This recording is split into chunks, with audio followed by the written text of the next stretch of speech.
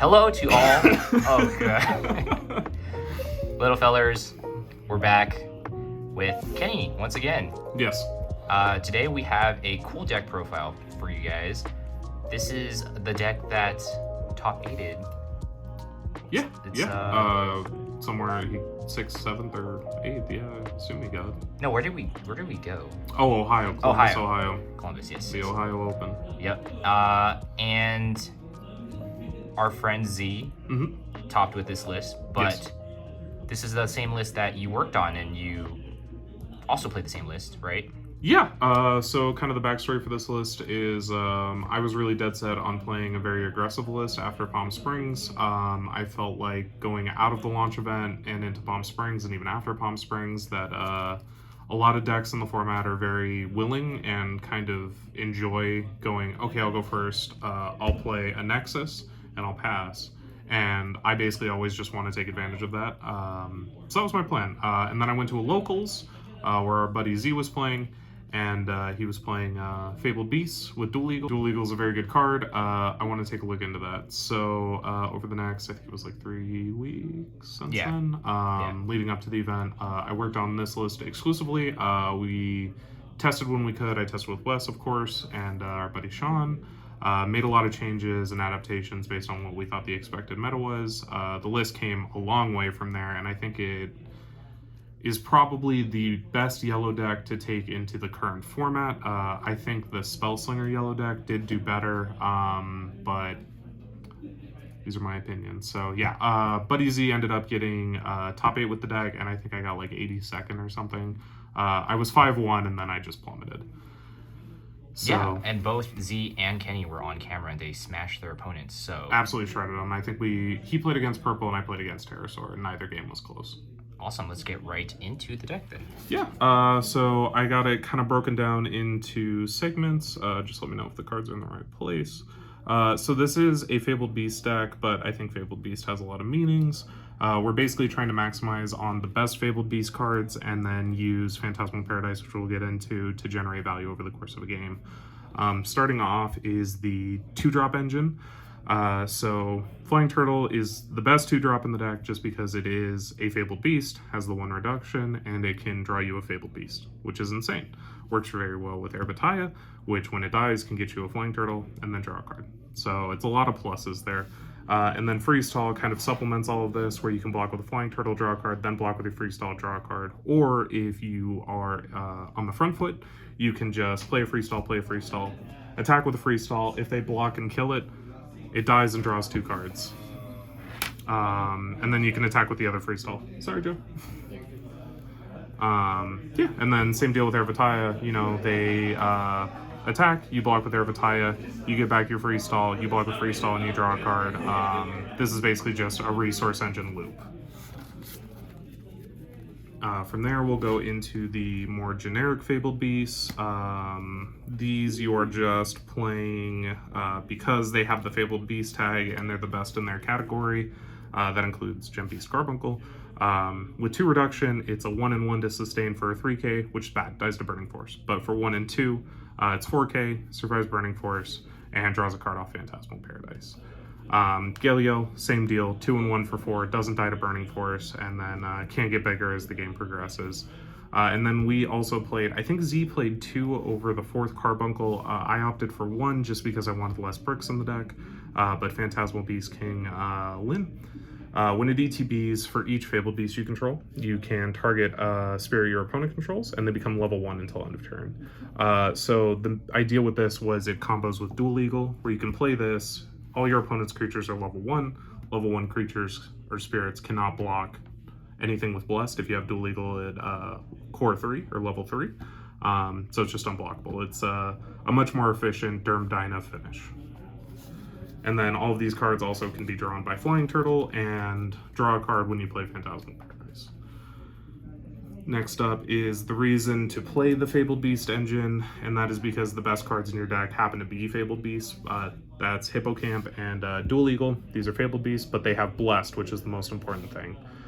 Blessed is an insane mechanic. It lets you, early on, I think a lot of the play lines that led to me winning games were turn 1, I play a Blessed Cathedral or a Phantasmal Paradise, I pass.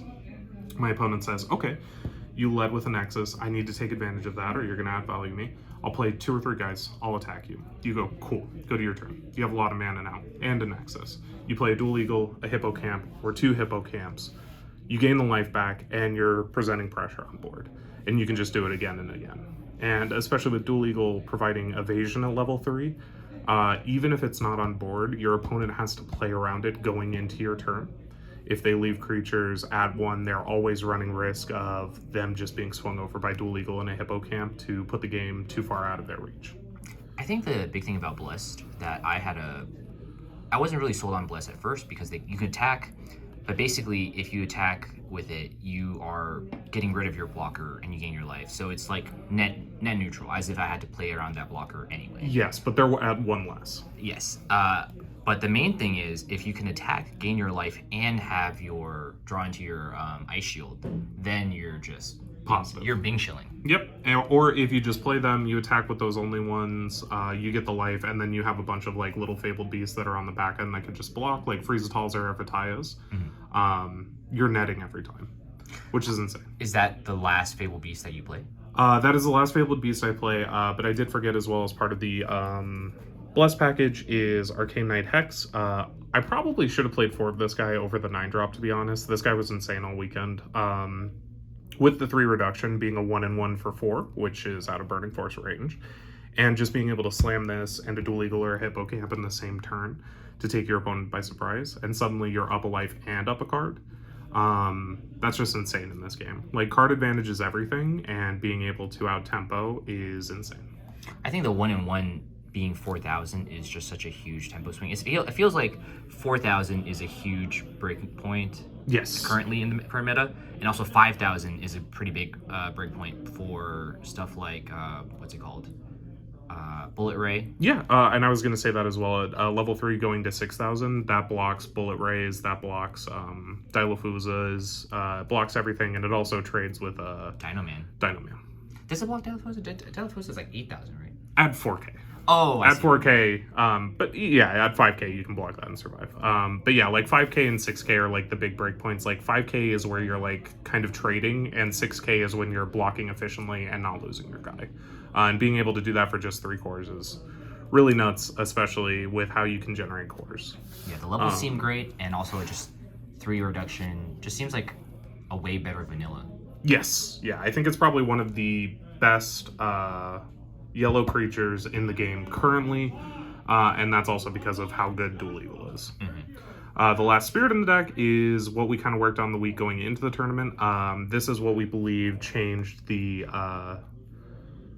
Dino matchup to be slightly favored for us, and that's Beldegor. Beldegor is insane. The way Dinos has to play against you if they want to win the matchup is they have to be aggressive. For them to be aggressive, they usually have to consist on play patterns of like Dino Man 1-drop, attack with the 1-drop, leave Dino Man back. And Beldegor punishes that every time, because if they go with a Dilafuza, if they go with like a big Oviraptor that has a lot of cores on it, and you just play this, kill it, all they've got left is a Dino Man, and you can attack with a bunch of guys, you're winning that. And then once you get into the mid game, Beldegor becomes insane because he comes down, he kills a guy, he blocks, he goes to the graveyard. Then you're coming in with a Dual Eagle. They go, well, okay, I have to Volcanic Break that. Well, you Volcanic Breaked it, you're down a card. I'll recast Beldegor with all the cores that were on my Dual Eagle. I'll kill a card that you may have already blocked with already, and then I just have another blocker for turn. Or if you're on the back foot, you can just block with Gale Yale, bring back Beldegor, kill the guy they just attacked with, have another blocker. Beldegor plays really well in this deck just because it feels like you have a lot of cores all the time. Yes, and that was the other reason we opted to play the Arcana Knight Hex, because he is an efficient 4-drop you can play, and when he dies, he brings back Beldegor. How many 4-drops total are you playing? We are playing 3 Arcana Knight Hex, 4 Gale Yales, and 4 Dual Eagles, who's a 5-drop, but he still triggers Beldegor's Immortal. Right. Yep. So this was really the glue that tied it together and made Dino matchup favored, which is what we were looking for. Dinos can of course still kill you. Dinos is the best deck in the format because it can just kill anyone. But This deck is insanely favored against any deck that gives you time. So your best matchups are White Control. I think that's by far the most favored. It's probably a 90-10. I think the only way they can kill you is if they play an early dual gun, half guys, and you didn't draw Ice Shield. That's their only win condition. You're also favored against purple mid-range if they don't play an early Netherworld Depths, or if you deal with it post-board. Any deck that gives you time, you're just going to absolutely destroy with value and resources. Okay. Onto the spells. Angelic Pressure. This is a 3 or 4 of. It's pretty much a staple. This card's just insane. If you get pressured really early, you can just help stem the bleeding against a wide board, or you can kill blockers, or you can use it to trade up into bigger things. You attack with a 4K into a Dino Man. They block. You give it -3. They're dead. You're not. You feel great. Exhaust Nexus. This is a 4 of in most lists. Like I said from the beginning, I wanted to build a yellow deck that didn't brick as much because I think that was my biggest issue. I felt the deck does do powerful things, but when you have a hand of like 2 Exhaust Nexuses, 2 Absolute Ice Shield, and you didn't draw a Nexus, you lose. Like there's just no amount of value or creatures that are going to get you out of that. That can still happen in this deck, but it happens a lot less by shaving some of the numbers. We're playing 4 Phantasmal Paradise. This is the reason to run Fable Beast. When you play Fable Beast, you tap it, you draw a card. It digs you into more Phantasmals, which digs you into more Fable Beasts, which digs you into more Phantasmals. If you have this on one, go first and play it. It's the best thing you can do in any matchup. I actually did wanted to ask, how many Fable Beasts total are you playing? I believe the number was 25. Including so half the deck. Half the deck. And the turtle would have a high density of hits, yes. But also we were thinking if you hit a Beldegor, it is actually kind of like drawing a card. Yeah, so with Beldegor, we're at like 28, because when you mill it off Flying Turtle, it's still a +1 eventually at some point in the game. Yep. Oh, sorry, go ahead. Yeah, no. And then Blessed Cathedral, I think most yellow lists before this tournament were running 4 and 4. Blessed Cathedral is definitely the worst one. Like, you want to see one over the course of a game, but it does just kind of like sit there and give you cores, and a lot of times cores don't matter. I think that was our biggest shift in mentality after the launch event, where we were like, oh, you can play aggro because sometimes you give them like 4 free cores and it doesn't matter. Like, they can't just do everything with that.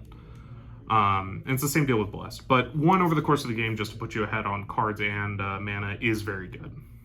I think one of the thing about that might be because the list that we're currently playing might not have anything to really ramp into. Yeah. We seem more like a go wide aggressive deck in a sense. Yeah, which is why Bless is still good, because it lets us draw a bunch of cards and then still deploy our full hand, which is where you want to be on all your turns. In testing, it definitely felt like the draw was huge. The draw is the best part of this card, actually, yeah. And it is kind of cool, because like when you see one of this over the course of the game, the level 1 feeds into the level 2. Like, you block a few times and suddenly you're a level 3 on this for the rest of the game. And that feels great. That's where you start to feel unlosable.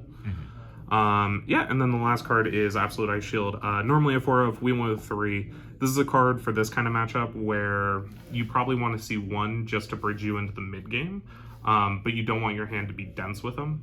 Because like in my matchup on camera, by the end of game 2, I had an Ice Shield set and an Ice Shield in my hand, and it didn't matter because the rest of my cards were so good. But if I was on the back foot and those were 2 dead cards, like, they might have saved me, but they weren't winning me the game. Yeah. So it's still a staple. It's still a card you want to play. But I think 3 and then 1 in the board, which is what I played, is better. For this list, at least. Makes sense.